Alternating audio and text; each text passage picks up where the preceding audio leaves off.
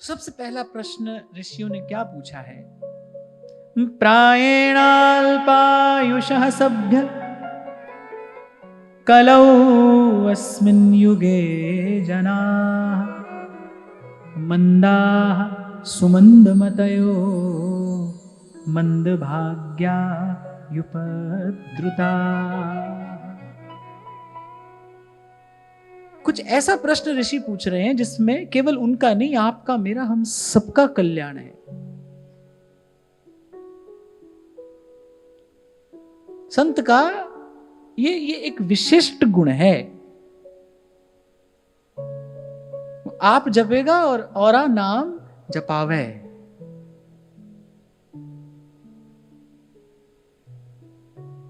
परम श्रद्धेय प्रातः स्मरणीय श्री स्वामी राम सुखदास जी महाराज कई बार कहते थे विचार करो कि अगर प्रभु के मन में इस बात का संकल्प हो कि भाई सबका कल्याण हो जाए तो हो ही नहीं जाएगा, हो ही जाएगा। वो तो पूर्ण काम है, सत्य संकल्प है। अगर भगवान का संकल्प हो कि भाई सबका कल्याण हो जाए तो हो ही जाए। कि जीव पर दया तो संत करता है, इसीलिए भगवान कह रहे हैं भाई हम तो देखो आत्मा राम है, भगवान तो अपने स्वरूप में स्थित हैं। संत जब कहते हैं ना, बोले बार बार मांगना प्रभु से, यही बात मांगना, पीछे लगे रहना इनके। बड़ी देर के बाद दीन दयाल के कान में भनक पड़ती है।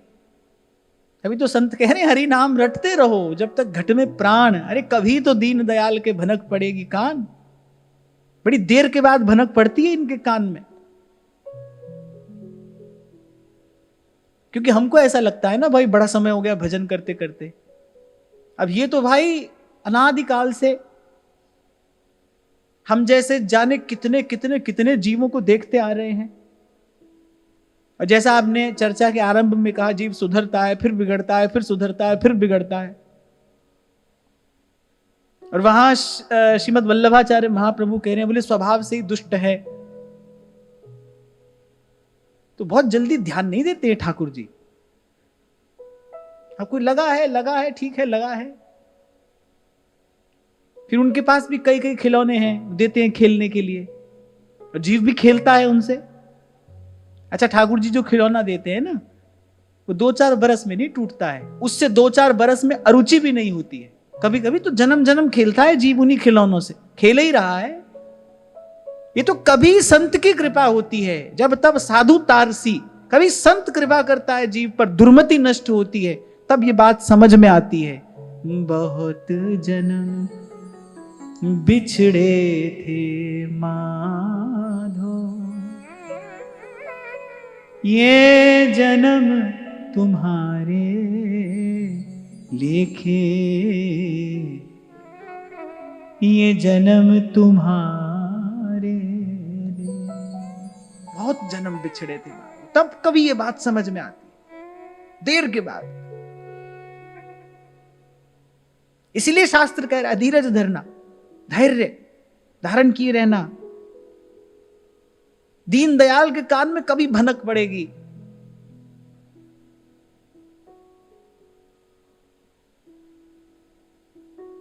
और फिर गुरु साहब तो वाणी में कह रहे हैं, सच्चा होके कोई सच्चे साहेब के सच्चे दरबार में जाता है तब सच को पहचानता है। सच्चा होके हमारे हमारे हमारे उर अंतर में, हमारे भीतर प्रभु के अतिरिक्त कोई और चाह ना रहे। आप देखो अभी तो ये बात असंभव सी मालूम पड़ती है। अभी तो संसार के कितने संकल्प विकल्प, उन्हीं में उलझा हुआ मन है। ये तो संतों की सत्संग की कृपा है, थोड़ा बहुत आकर बैठ जाते हैं, सुन लेते हैं, कह लेते हैं। पर कल जैसा मैं आपको कह रहा था, खारे पानी के कुएं में चुटकी भर खांड कोई डाल दे, अरे चुटकी भर क्या, बोरी भर खांड भी कोई डाल दे, जल थोड़ी मीठा हो जाता है, तो खारा ही है। ऐसे ये हमारा ये जो घट है, काम कामना वासना से भरा है। कोई सरल काम है इस सब को हटा देना?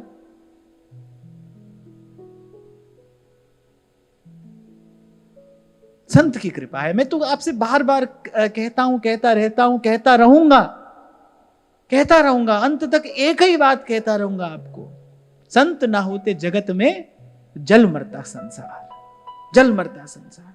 यही हमारे हितैषी है। इसलिए आपको अनेक बार निवेदन करता हूं, भाई हमारी तो इन संतों की वाणी में श्रद्धा है। संत क्या कहते हैं, हमारे लिए वही मार्ग है।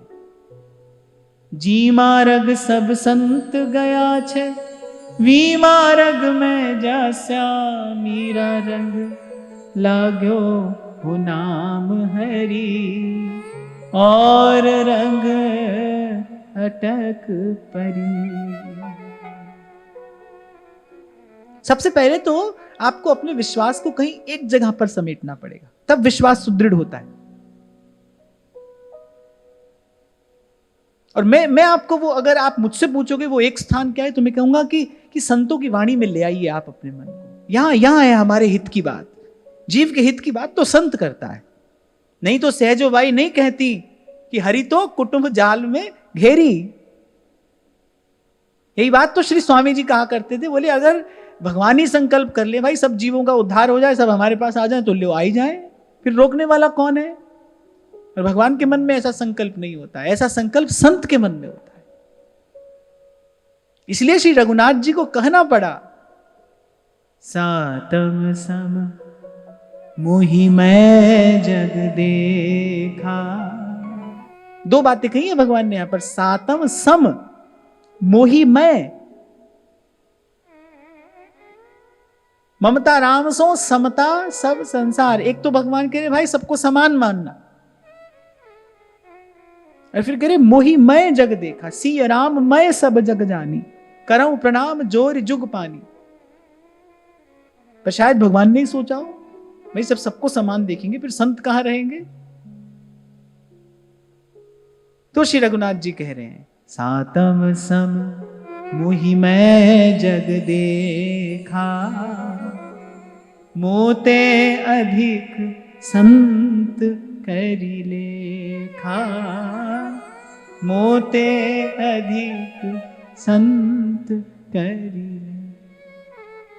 मैं तो भाई अपने जीवन में देखता हूं, अब भाई प्रारब्धवशात पूर्व के संस्कार से, कभी वातावरण के प्रभाव से, कभी कभी हो जाता है मन में विक्षेप हो जाता है, अकारण विक्षेप हो जाता है। अब उसकी क्या औषधि है, इन्हीं संतों के पास कुछ देर बैठ जाने से, इन्हीं की वाणी का चिंतन कर लेने से, कुछ स्वाध्याय कर लेने से ही मन का विक्षेप दूर होता है। भव रोग की औषधि तो भाई इन्हीं संतों के शब्द हैं। जन्म जन्म का सोया मनवा, सतगुरु सबद सुन जागा। तो सब ऋषियों ने कुछ ऐसा प्रश्न पूछा जिससे उनका भी मंगल हो, पर इस समस्त लोक में आस्तिक भाव की वृद्धि हो, शुभ मंगल का संचार हो, सब धर्म का अभ्युदय हो। यही संत के जीवन का लक्ष्य होता है। ये दो पंक्तियां मुझे बड़ी प्रिय हैं। श्री स्वामी सत्यानंद जी महाराज ने यह अमृतवाणी में कहा है, वृद्धि आस्तिक भाव की, शुभ मंगल संचार, अभ्युदय सदधर्म का, राम नाम विस्तार।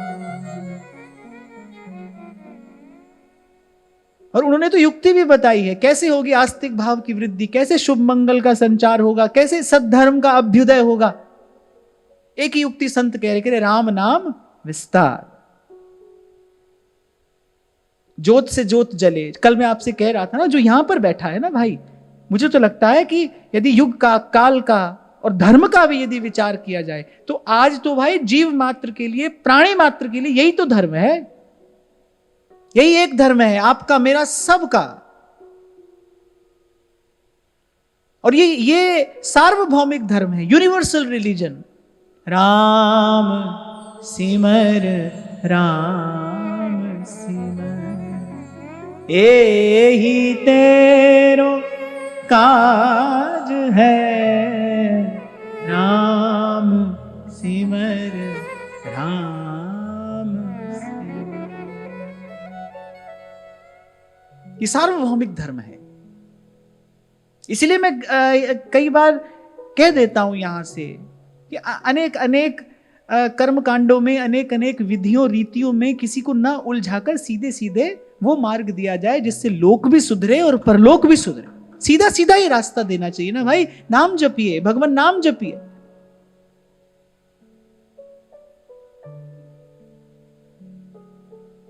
मैं कहता डंके की चोट पर। क्यों? क्योंकि सब सत्पुरुषों का एक मत है, एक मत।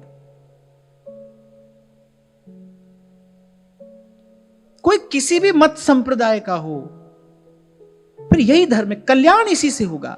राम नाम विस्तार। मैं जपूं, आप जपें, और ऐसे ही हमारे संपर्क में जो आए, कहीं ना कहीं उसके जीवन में भी ये दीप जले। इसी को कहते हैं ज्योत से ज्योत जलाना, इसी को कहते हैं दीप से दीप जलाना। ऐसे ही तो दीपावली होती है ना, दीप से दीप जलता है, ऐसे ही दीपोत्सव होता है।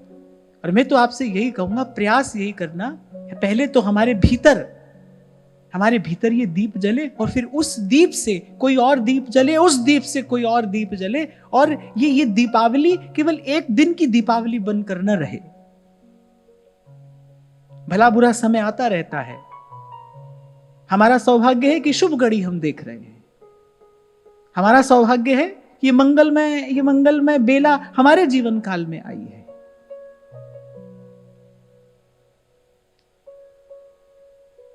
तो मैं तो एक बड़ा विनम्र सा निवेदन यहां से ये कर रहा हूं कि व्यासपीठ पर जो भी हैं, व्यासपीठ का ये पवित्र कर्तव्य है कि जनमानस के मन मानस को केवल हरि नाम से जोड़ा जाए। सबके मत विचार का आदर करते हुए, सबकी श्रद्धा का आदर करते हुए सब अपने अपने कर्तव्य का पालन करें, लेकिन इस बात पर बल दिया जाना चाहिए, इस एक सिद्धांत की, एक मत से प्रतिष्ठा होनी चाहिए, भाई आपका मेरा कल्याण तो भगवान नाम से ही होगा। यही सब संतों महापुरुषों का मत है। वो मीरा हो, सूर हो, तुलसी हो, कबीर हो, रैदास हो, नानक हो, सबका एक मत है। सब कर मत खगनायक एहा,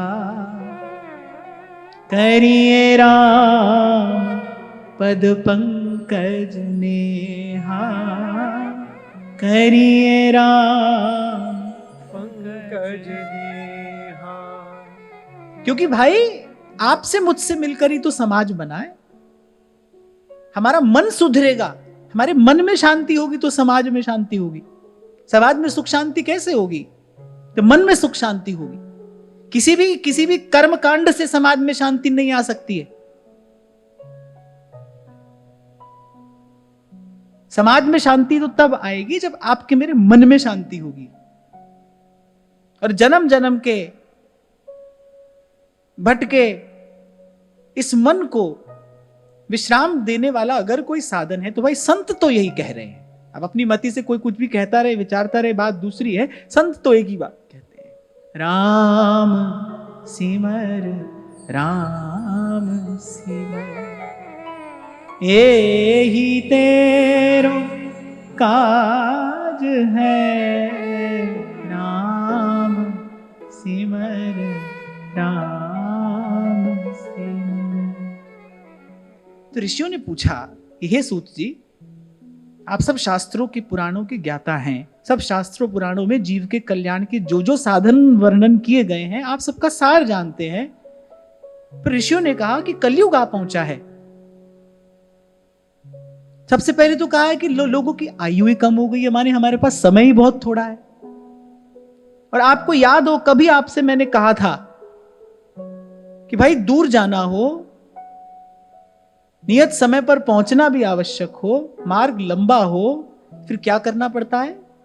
अपनी गति बढ़ानी पड़ती है। यही बात श्रीमद् भागवत कहती है, तीव्रेण भक्ति योगेन भजेत पुरुषम परम।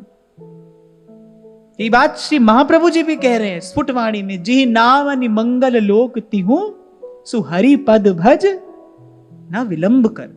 दो बातें कही है महाप्रभु जी ने। एक तो नर देही पाई चित चरण कमल दीजे, और कह रहे अब कोई और विचार मत करो, न विलंब कर, देर मत करिए, क्योंकि नारायण ये सुधि नहीं, आज मरे के भोर।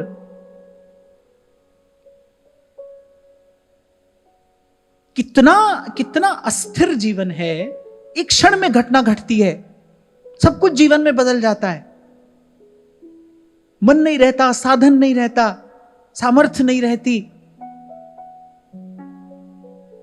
व्याधि मंदिर इस शरीर को संतों ने कहा है। खबर नहीं है किसके भीतर कौन सा रोग पल रहा है, एक एक क्षण में जीवन बदल जाता है।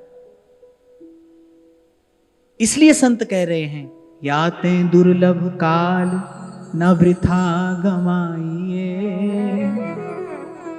ब्रजनागर नंदलाल सुनिस दिन गाय। तो कहा कि भाई पहले तो लोगों की आयु ही बहुत कम हो गई है, अल्पायु मनुष्य है कलयुग का।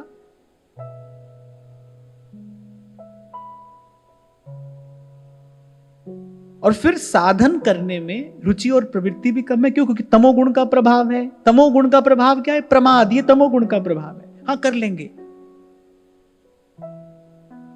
ये तमोगुण का प्रभाव है।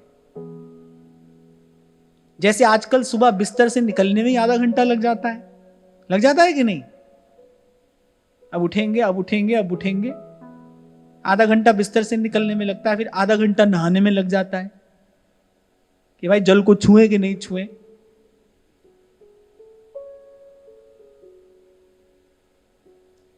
जाड़े का धर्म यही होता है ना, और गति मंद पड़ जाती है। जाड़े में क्या होता है? गति मंद पड़ जाती है ना। कीर्तन होता है, आप लोग ताली भी नहीं बजाते, ऐसे ही बैठे रहते हो,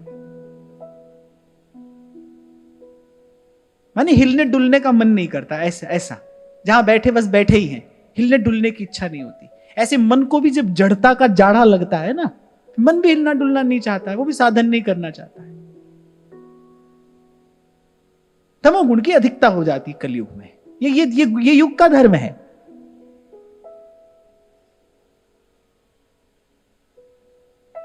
और वर्तते कस्य दूषणम, किसी का भी दोष नहीं, भाई युग का ही धर्म है ये।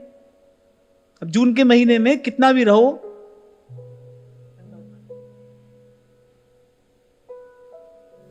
महाराज जी भी लगता है पीछे से सुनते आ रहे हैं, तभी मुस्कुराते आ रहे हैं। अब जाड़ा है ना भाई, इसी को कह रहे, जड़ता जाड़ बिसम जब लागा। तुलसी बाबा बड़ा सुंदर उदाहरण देते हैं, कह रहे गया न मज्जन पाव अभागा। एक समय था जब लोग मीलों पैदल चलकर तीर्थ यात्रा करने जाते थे। जीवन में एक ही बार तीर्थ हो पाता था, एक बार गंगा नहाए तो बस हो गया। पर खैर, तब मैं कहूंगा कि तीर्थ के प्रति लोगों की श्रद्धा थी, भावना थी। लोग तीर्थ बुद्धि से ही जाते थे, तप करने के लिए तीर्थ में जाते थे। अब तो सुविधा अधिक हो गई, तो पिकनिक मनाने के लिए आते हैं। पर गोस्वामी जी कहते हैं, भाई एक व्यक्ति कोई गया मीलों चल के, महीनों में जाकर पहुंचा गंगा किनारे। अब जेठ के महीने में यात्रा शुरू की थी, मांग के महीने में पहुंचा। अब कह रहे जड़ता जाड़ बिसम जब लागा, कह रहे गया न मज्जन पाव अभागा। इतनी दूर चलकर गया, उसने कहा भाई जाड़ा बहुत है, दूर से प्रणाम करके चलते। तो कलयुग में तमोगुण बढ़ता है, और तमोगुण का प्रभाव क्या है? जीवन में प्रमाद आता है। ऋषियों ने सबसे पहला प्रश्न यही किया है सूत जी से, कह रहे आप संत शिरोमणि हैं, आप बताइए कि कलयुग में पहले तो मनुष्य अल्पायु हो जाएगा, उसके पास अवधि बहुत कम है, और उस बहुत कम अवधि में भी सूरदास जी कहते हैं कि बालापन खेलत ही खोयो, और यौवन विषय रस भोई, और वृद्ध भयो सुधि प्रगटी मोको। फिर तब ये थोड़ी सी अकल आती कि हमने पीछे क्या कर दिया। इसलिए सूरदास जी तो कहते हैं, दीनानाथ अब बार तुम्हारी, यानी अब तो आपकी बारी है, हमारी हरी तुम ही सो सुधरेगी। सौभाग्यशाली कोई होता है जिसको समय पर चेत आ जाता है। मैं कई बार आपसे कहता हूं भाई, एक तो है सही निर्णय लेना, और फिर एक है सही समय पर सही निर्णय लेना। सही निर्णय और सही समय में भी सही समय अधिक महत्वपूर्ण है। सही समय पर सही निर्णय लिया जाए।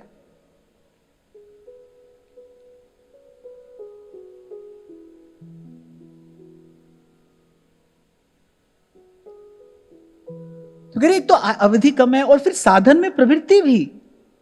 साधन में रुचि भी नहीं है, रुचि नहीं रही, प्रवृत्ति नहीं है। क्यों? क्योंकि प्रमाद बढ़ गया, आहार विहार बिगड़ गया, जीवन में कितना असंतुलन है, तमोगुण बढ़ता ही जा रहा है, बुद्धि मलिन होती चली जा रही है।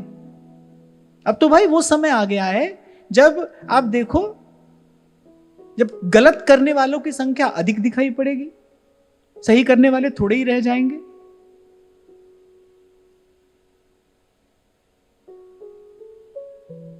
प्रवर्तते कस्य दूषणम, अयम तो युग धर्मोयम, युग का धर्म है ये। इसको समझना पड़ेगा। कर कुछ नहीं सकते हैं हम इसमें कुछ भी नहीं कर सकते हैं। पहले ही कह दिया महापुरुषों ने, घोरे कलयुगे प्राप्त सर्वधर्म विवर्जिते, धर्म रहेगा ही नहीं, एक चरण धर्म का रह जाएगा, और वो भी जीव मात्र पर दया। दया राख धर्म को पाले, कबीर जी कह रहे हैं, बोले जो दया रखेगा वही धर्म का पालन कर सकता है। दया राख धर्म को पाले, और घर में रहे।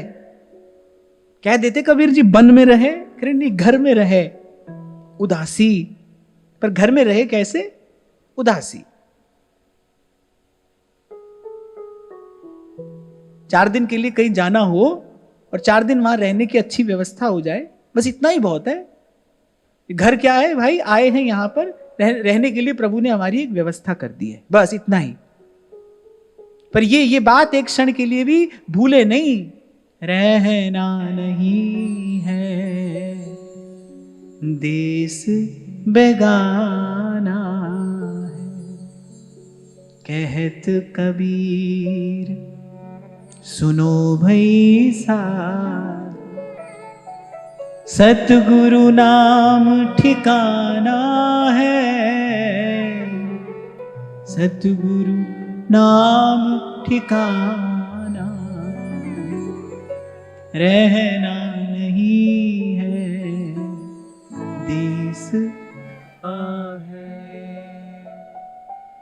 पहले तो अवधि कम है, फिर उसमें बुद्धि भी कम है, साधन में प्रवृत्ति तो है ही नहीं, क्योंकि तमोगुण बढ़ गया और बढ़ता ही जा रहा है, प्रमादी मनुष्य हो गया है।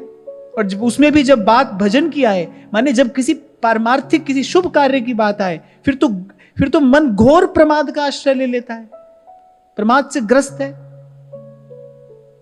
पहले संत कहते थे भाई शुभ कार्य का संकल्प मन में हो ना, तत्काल कर दीजिए। उसी के लिए श्री कबीर जी जैसे संतों ने कहा, पल में परले होएगी, फिर करेगा कब। बड़ी अच्छी बात एक बार एक महात्मा ने हमको बताई। यहाँ के बड़े लोग कहते थे कि दायां हाथ दे ना तो बाएं को खबर नहीं पड़े। मैं पूछा कि ये कैसा देना होता है, ऐसे कैसे संभव है कि दायां हाथ दे रहा है बाएं को खबर नहीं है। तो कहते थे देने का भाव मन में आए ना, बस तत्काल दे दीजिए, अरे अगले पल देने का मन नहीं रहेगा। हमें कल ही महाराज जी से चर्चा कर रहा था, जो आज मैंने आपसे कहा ना भाई मन सुधरे और फिर सुधरा रहे, क्योंकि मन तो सुधर के बिगड़ता है, सुधरता है फिर बिगड़ता है। जो छोड़कर आया है उसी को जाकर फिर लिपटता है।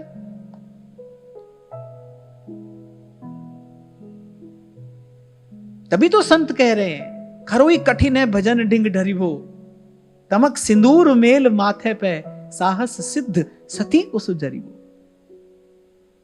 सुनते नहीं हम, पर संत तो कहते आ ही रहे हैं, भक्ति करे कोई सूरमा, जात बरन कुल खो।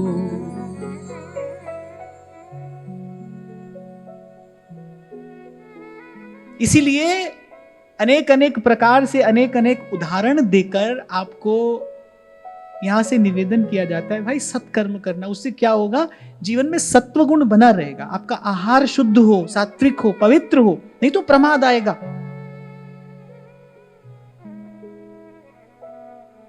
नहीं तो प्रमाद आएगा। छोटा सा छिद्र बड़े जहाज को डुबो देता है। छोटा सा छिद्र हो जाए ना, ऐसे भजन करने के लिए भी एक व्यवस्था है, संतों ने बताई है। उस व्यवस्था में छोटा सा छिद्र हुआ, डूब जाएगा जहाज।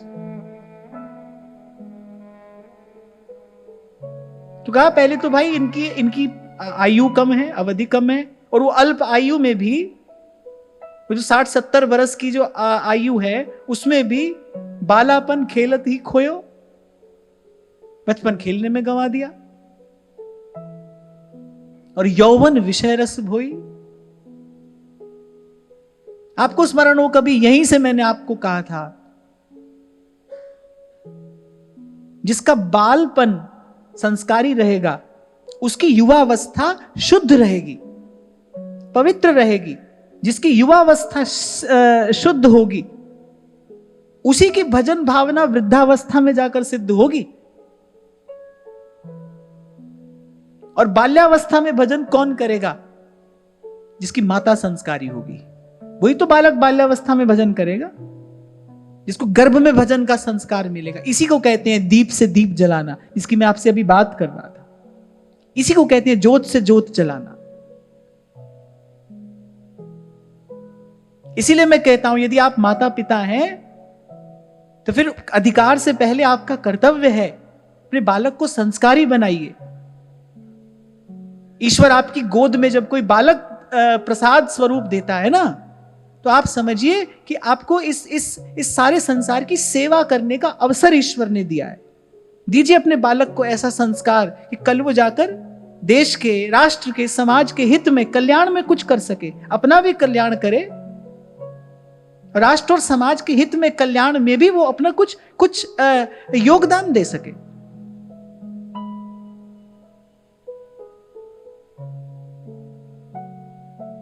अंग्रेजी की एक कहावत है, you can not pour from an empty cup. यदि हमारा ही बर्तन खाली है, दूसरे में क्या डालेंगे? कभी कभी कोई पूछ लेता है ना, कैसे लगाएं बच्चे को भजन में? आप करिए, आप लगिए। कल ही शायद महाराज जी मुझसे कह रहे थे सत्संग के बाद कि भाई अब होता क्या है कि जो सही समय था, अभी आपसे मैं कह रहा हूं ना, सही निर्णय और सही समय में भी सही समय पहले नंबर पर है। पहले सही समय हो, सही समय निकल गया, उस समय बालक को संस्कार दिया नहीं, अब खींच खींच कर ला रहे हैं बालक को सत्संग में, अब बात बनेगी नहीं भाई, वैसी बात नहीं बनेगी जब जो समय पर संस्कार दिया जाए। पर हो सकता है अब आप इतनी माताएं यहां पर बैठी हैं, और भी माताएं इसको सुनेंगे, उनके मन में आए भाई अब वो समय निकल गया, पर अब क्या करें? अब प्रार्थना करिए, क्योंकि जो कार्य पुरुषार्थ से ना हो पाए फिर उसके लिए ईश्वर से प्रार्थना ही एकमात्र विकल्प है। प्रार्थना कर सकते हैं अब तो भाई कि हमारा बालक सद्मार्ग पर चले, ईश्वर इसको सद्बुद्धि दे। आप माता पिता हैं तो अब तो बड़े बड़े सीधे सच्चे ईमानदारी वाले भाव से आप बालक के लिए प्रार्थना कर सकते हैं। प्रार्थना करिए। हाँ, पर जो क्रम मैंने आपको बताया ना कि जो बाल्यावस्था में बालक संस्कारी होगा उसकी युवावस्था शुद्ध रहेगी, पवित्र रहेगी। जिसकी युवावस्था शुद्ध होगी उसकी वृद्धावस्था सिद्ध हो जाएगी। लेकिन बाल्यावस्था में भजन कौन करेगा? जिसकी माता संस्कारी होगी, इसको गर्भ में भजन का संस्कार मिलेगा। अरे भाई, बहुत पुरानी बात नहीं है कि 10-20 बरस पहले की बात ले लो। कन्या आती थी ना तो मां उसके हाथ में गीता, भागवत, रामायण देती थी, रामायण दी जाती थी कि बेटी तुझे परिवार में, संसार में रहना है पर संस्कार के साथ रहना। उसको रामायण दी जाती थी। गर्भ में जीव आता था तो माता बालक संस्कारी बने, इसीलिए उस गर्भावस्था में कुछ नियम धारण करती थी, कुछ जप करती थी, कुछ तप करती थी, स्वाध्याय करती थी, ताकि कुछ संस्कार बालक को मिले।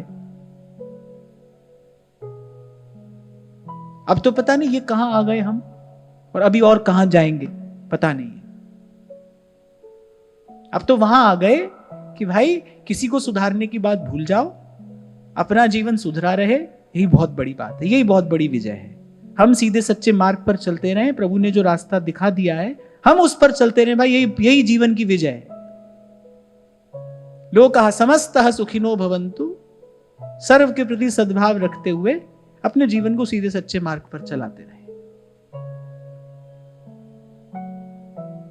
तो खैर यहां ऋषियों ने पूछा कि साधन करने में रुचि है, प्रवृत्ति है नहीं, आलसी हो गए हैं लोग, प्रमादी हो गए हैं, और बोले भाग्य भी उनका मंद है, समझ भी थोड़ी है, सब कुछ अल्प ही अल्प तो है। और करिए थोड़ा सा जो जीवन है वो भी अनेक अनेक प्रकार की विघ्न बाधाओं से भरा हुआ है।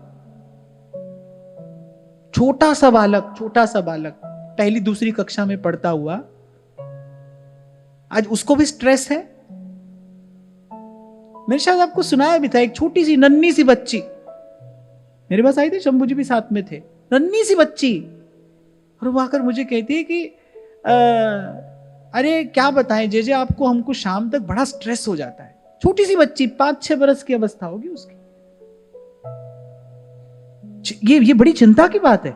कैसी हमारी शिक्षा पद्धति हो गई, 10-20 किलो का तो बस्ता है बालक के पास में। कितना कितना दबाव है छोटे छोटे बच्चों के मन चित्त पर, और भगवान जाने स्कूलों में पढ़ाया क्या जा रहा है, कैसी कैसी शिक्षा पद्धति, कैसे कैसे विषय पढ़ाए जा रहे हैं। कहां हमारे यहां गुरुकुल में वेद वेदांग पढ़ाया जाता था, शास्त्र की शिक्षा दी जाती थी, शास्त्र सिखाया जाता था कि कोई अपने मन की रक्षा कर सके, शास्त्र सिखाया जाता था अपने तन की रक्षा कर सके। साथ साथ एक ही काल में शस्त्र और शास्त्र दोनों सिखाया जाता था तन मन की रक्षा के लिए। हाँ, पर बात यही है ना कि पहले गुरु के चरणों में बैठकर कोई विद्या अर्जित करता था। पहले विद्या का उद्देश्य था मनुष्य को संस्कारी बनाना। आज शिक्षा का उद्देश्य है मनुष्य को व्यापारी बनाना। पहले संस्कारी बनाने के लिए विद्या दी जाती थी, आज केवल व्यापारी बनाने के लिए शिक्षा दी जाती है। मैं केवल भारत देश का एक सामान्य नागरिक होते हुए कह रहा हूं, क्योंकि अपने आसपास की परिस्थिति देखता हूं कि किस दिशा में नई पीढ़ी जा रही है। जब इनके पास, इनके जीवन में जब सदाचार ही नहीं होगा तो धर्म की बात समझ में ही कैसे आएगी, समझ में नहीं आती है। उसके लिए भी तो संस्कार चाहिए ना, एक ग्राहकता चाहिए। There should be receptivity. अभी कुछ दिन पहले की बात है, मुझसे किसी व्यक्ति ने पूछा कि मैंने वेज और नॉन वेज के विषय में आप क्या कहते हैं। मैंने कहा भाई वैसे तो हम कुछ भी किसी से नहीं कहते हैं, और आपने पूछा है तो हम आपको बता देते हैं। मेरा मानना यह है कि आपके आसपास सकारात्मक और नकारात्मक दोनों प्रकार की ऊर्जाएं हमेशा रहती हैं। आपके आसपास पॉजिटिव और नेगेटिव एनर्जी हमेशा रहती है। बड़ी बात यह है कि आप ग्रहण किसको कर रहे हैं। जब आप तामसी आहार करते हैं, तामसी भोजन जब आप ग्रहण करते हैं, जब आपका आहार अशुद्ध हो जाता है, तामसी हो जाता है, फिर जो नकारात्मकता ग्रहण करने की आपकी वृत्ति है वो बढ़ जाती है। आप जैसा आहार ग्रहण करेंगे आपके भीतर उसी गुण का निर्माण होगा। आपका आहार अपवित्र होगा, आहार में तमोगुण की प्रधानता होगी, आपके भीतर भी तमोगुण बढ़ेगा। तमोगुण बढ़ेगा तो क्या होगा, उसी से मेल जोल रखती हुई ऊर्जाएं जो हैं, उसी से मेल खाती जो तरंगे हैं बाहर, वही आपकी तरफ दौड़ दौड़ कर आएंगी। दुर्योधन के सामने भगवान खड़े हैं, वो पहचान ही नहीं पा रहा है। उसके पास आंख नहीं है, आंख तो है लेकिन उसके पास दृष्टि नहीं है। उसके सन्मुख विग्रहवान धर्म खड़ा है, उसके हित की बात उसको भगवान बता रहे हैं, उसको समझ में ही नहीं आ रही है। क्यों? क्योंकि उसके पास ग्रहण करने की क्षमता ही नहीं है। ग्रहण करने की क्षमता के लिए सात्विक जीवन चाहिए, पवित्र आहार चाहिए, प्रकृति का आदर चाहिए। क्यों मैं आपको बल देता हूं इस बात पर, कहता हूं भाई प्रकृति का आदर करना, प्रकृति की अवहेलना करोगे तार टूट जाएगा। अच्छी बात सुनकर भी समझ नहीं आएगी, आप उसको ग्रहण नहीं कर पाओगे, कहने वाला कहता रहेगा। नहीं तो कोई आवश्यकता नहीं थी युद्ध के मैदान में श्री कृष्ण अर्जुन को युक्ताहार विहारस्य युक्त चेष्टस्य कर्मसु ये उपदेश कर रहे हैं। भाई अपना खाना पीना और सोना जगना सुधारना, दो बातें भगवान ने की, खाना और सोना। ये नियमित संतुलित रहना चाहिए। श्लोक है श्रीमद् भगवत गीता में भगवान कह रहे ना तो अधिक खाने वाले का, ना अधिक सोने वाले का, ना बहुत कम खाने वाले का, ना बहुत कम सोने वाले का योग सधेगा, उसके जीवन में संतुलन नहीं आएगा। माने दो बातें महत्वपूर्ण होगी ना, तभी तो भगवान कह रहे हैं। जीवन में तमोगुण बढ़ेगा, आप बैठ जाओ, समझ में आपको कुछ नहीं आएगा। अब आजकल के किसी बालक को आप यहां पर लाकर बैठा दो। कभी कभी कोई माता पिता ले भी आते हैं ना, फिर बाद में बच्चा मुझे अगर कभी मिले, कह रहे सुना तो सब ऊपर से निकल गया, मेरे तो कुछ समझ में नहीं आया। क्यों समझ में नहीं आया? बड़ी बात ये नहीं कि आपको समझ में नहीं आया, क्यों समझ में नहीं आया? क्योंकि धर्म की बात को समझने के लिए भी आपको भीतर से एक योग्यता चाहिए, एक पात्रता चाहिए। वो पात्रता कहां से आएगी? जब जीवन सात्विक होगा, तब धर्म की बात समझ आएगी, तब धर्म का मर्म, धर्म का जो सूक्ष्म तत्व है उसको आप अनुभव कर पाएंगे। हमारे यहां की शिक्षा पद्धति ऐसी थी, उसका लक्ष्य केवल शरीर और शरीर का भोग नहीं था, तन मन को साधा जाता था। जब गुरु के चरणों में कोई बालक जाता था तो गुरु उसके तन मन को साधता था, क्योंकि शरीर भी क्या है? खलु धर्म साधनम, शरीर भी धर्म साधन के लिए मिला है। मन भी अनुकूल हो, उसके चरित्र का भी निर्माण हो, उसके जीवन का, उसका आचरण पवित्र हो। ये सब बातें एक उच्च, एक श्रेष्ठ शिक्षा पद्धति का निर्माण करती थी। आज तो भाई देखो, ऐसा मैंने सुना है, हमारे समय में तो ऐसा नहीं था, पर आज तो मैंने ऐसा सुना है कि बोले क्लास में टीचर बैठ नहीं सकता है। ऐसा होता है? ऐसा होता है? हाँ, बोले बालक बैठेगा लेकिन अध्यापक जो है वो बैठ नहीं सकता है। बताओ ये कितनी उल्टी खोपड़ी है इन लोगों की। देखो जो बेचारा ग्रहण कर रहा है कायदे से, उसको नीचे बैठना चाहिए और गुरु को, शिक्षक को ऊपर बैठना चाहिए। पर यहां तो ऐसी अनीति है, बोले बालक बैठे रहेंगे टांग पर टांग चढ़ाकर कुर्सी पे, और जो अध्यापक है वो बेचारा खड़ा रहेगा। पीड़ा क्या है हम लोगों की? हम लोगों को लगता है कि वेस्टर्न हो जाना मॉडर्न हो जाना है। मॉडर्न का अर्थ ये होता है समय के साथ चलना, युग धर्म को समझते हुए, काल की गति का विचार करते हुए अपने जीवन में कुछ परिवर्तन लाना, इसको कहते हैं मॉडर्न हो जाना। माने समय के साथ चलना। इसकी बात तो श्री गीता जी में भगवान ने भी कही है, समय के साथ चलना।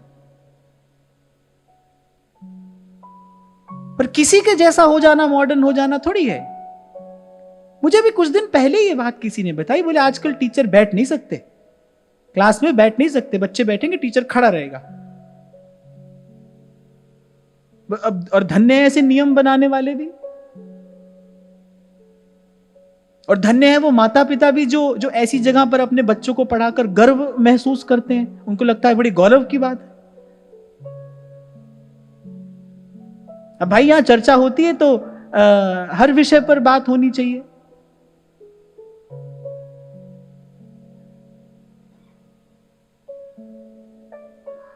और यहां ऋषियों ने इस चर्चा का आरंभ ही इस प्रश्न से किया है।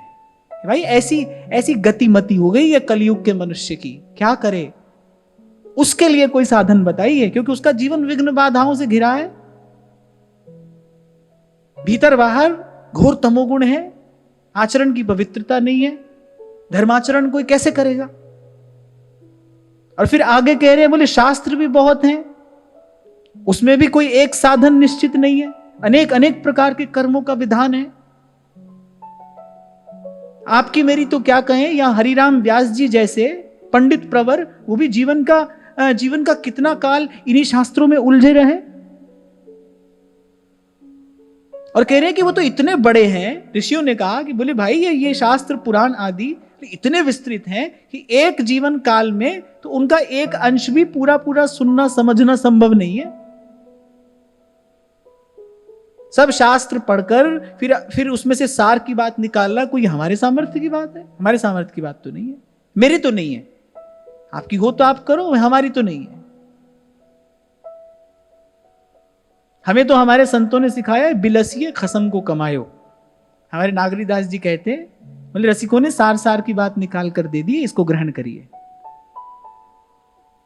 ध्रुवदास जी ने सिद्धांत विचार में यही तो कहा, बोले विवेकी सोई जो सार की बात कहे, साधु ऐसा चाहिए जैसा सूप सुहा, सार सार को गही रहे, थूथा दे उड़ा। तो ऋषियों ने कहा आप सार की बात जानते हैं, देखो ये कथा पदे पदे कुछ कहती चलेगी, सुनना। हमारा लक्ष्य क्या है, कहें कथा और अर्थ विचारें। ये कथा पदे पदे कुछ कहती चलेगी। ऐसे अंग्रेजी में कहते हैं कि there is a story between the lines. कुछ कुछ कह दिया गया है, लेकिन कुछ इन शब्दों के गर्भ में है, कुछ रहस्य इन शब्दों के भीतर छिपा है। कथा कुछ कहती चलेगी। देखो जो ऋषि पूछ रहे हैं, आप देखो उन ऋषियों की सामर्थ्य क्या होगी। 1000 वर्ष के अनुष्ठान का संकल्प वो लेकर बैठे हैं। कि वो साधारण सामर्थ्य वाले ऋषि तो इसका मतलब है नहीं। उनकी सामर्थ्य दिव्य है, उनके पास दिव्य शक्ति है। उसी शक्ति के बल पर ही तो 1000 वर्ष के अनुष्ठान का संकल्प वो लेकर बैठे हैं। ऐसा नहीं है कि वो शास्त्र पुराण नहीं जानते होंगे। शास्त्रों पुराणों में क्या लिखा है, ऐसा नहीं है कि वो नहीं जानते, पर वो आपको मुझे बता रहे हैं कि कल्याण चाहते हो तो गुरुजनों के चरणों में बैठकर श्रद्धा पूर्वक पहले अपने कल्याण का मार्ग गुरुजनों से पूछना चाहिए। ये पहला चरण है। वो श्री भगवान के दिखाए मार्ग पर पूरी निष्ठा से चलने का प्रयास कर रहे हैं, आपको मुझे दिखा रहे हैं, सिखा रहे हैं। प्रथम भगति संतन करी संगा। पहले तो श्री सूत जी के पास गए और सत्कृतम सूतमासीनम, श्रेष्ठ आसन पर उनको बैठाया और फिर क्या कहा, कथा सुनाई। दूजी रति मम कथा प्रसंगा, मम कथा प्रसंगा। ब्रूहिणः श्रद्धानानां येनात्मा संप्रसीदति। फिर आप अपनी बुद्धि से प्राणी मात्र का जिससे कल्याण हो, वो विधि, वो मार्ग हमको बताइए। हम वो सुनना चाहते हैं जिसको सुनने से अंतःकरण की शुद्धि प्राप्त हो। और कभी आपको मैंने संकेत किया था, अंतःकरण की शुद्धि ही सबसे बड़ी सिद्धि है। यही सबसे बड़ी सिद्धि है, अंतःकरण की शुद्धि है। ये मन हो निर्मल तुम्हारी कृपा से। फिर वो सुनाइए जिसको सुनने से मन निर्मल हो जाए। हो कोई ऐसो भेटे संत, मेरी लाहे सगली चिंत, ठाकुर स्यों मेरो रंगला। इससे पहले ही गुरु साहब ने एक बात कही है, पढ़े रे सगले वेद, नहीं चूके मन खेद। अभी आपसे जो मैं कह रहा हूं ना कि ऋषि मुनि साधारण तो नहीं है, हजारों हजार वर्ष की इनकी आयु है, बड़ा श्रेष्ठ साधन ये लोग किए बैठे हैं। पर कहीं ना कहीं इनका ये प्रश्न पूछना ये बता रहा है, पढ़े रे सगले वेद, नहीं चूके मन खेद, इक खिन ना धी रही मेरे घर के पंचा। लेकिन ये जो विकार हैं फिर अंकुरित हो जाते हैं, फिर अंकुरित हो जाते हैं। इसलिए हो कोई ऐसो रे सुखदाई, जिन हरि की कथा सुनाई, तिस भेटे गति हो हमारी, तिस भेटे गति हो हमारी। तो हे सूत जी, कुछ ऐसी बात सुनाइए जिसको श्रवण करके हमें अंतःकरण की शुद्धि प्राप्त हो। तो आज की वार्ता यहीं श्री जी के चरणों में निवेदन करते हैं। महाराज श्री के चरणों में प्रणाम। आप सबके हृदय स्थित प्रभु को, भाव प्रभु को नमन।